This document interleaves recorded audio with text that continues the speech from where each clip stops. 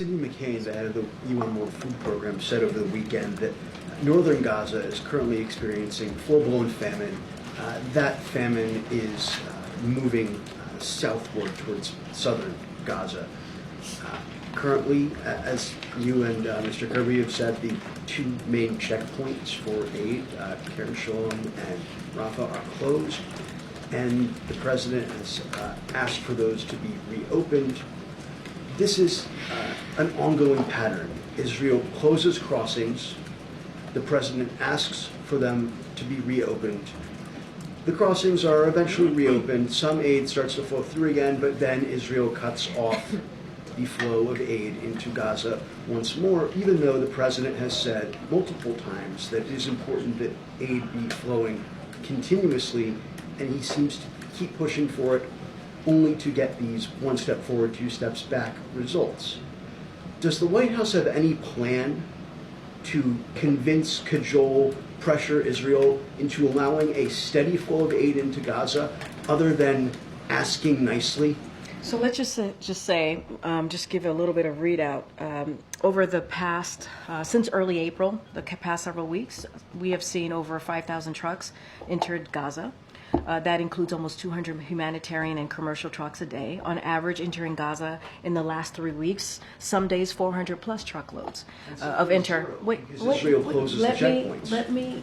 It is important to let the American people know that we have seen an uptick here, and it is important. There are other crossings. These are not the only two. But to your point, it is unacceptable that these two crossings are closed, which is why the president called the prime minister directly yesterday to ask and to say that the Shalom crossing should be open. I have said at the top, to answering one of your colleagues' questions, that we expect the crossing, the Kerem Shalom crossing, to be open tomorrow, including Rafah.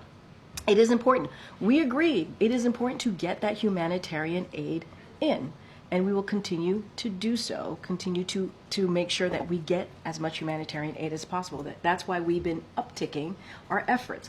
And it is also why the hostage deal is so important. This is why the Cairo talks are critical and important, which is why we've been supporting those conversations, obviously. We need to get to a hostage deal so we can see a ceasefire, get that humanitarian aid in, a surge, obviously, in that aid, and get hostages home. So that is going to be our focus. That's going to be our focus. At what point does the president consider other uses of American leverage to improve the humanitarian situation in Gaza? We have seen, I just laid out what we have seen.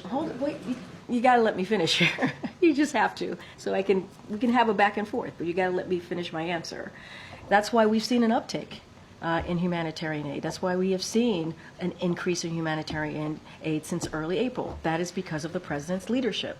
We need to get more in. We know and we see and we understand the dire situation in Gaza right now. We got to get that in. The hostage deal is important, and we're going to continue to work on that. We're talking about these upticks, but there is a famine right now. And I'm acknowledging that there is a dire situation in Gaza. I am acknowledging that. We understand that, which is why the president has worked so hard in the last several months to get more humanitarian aid in.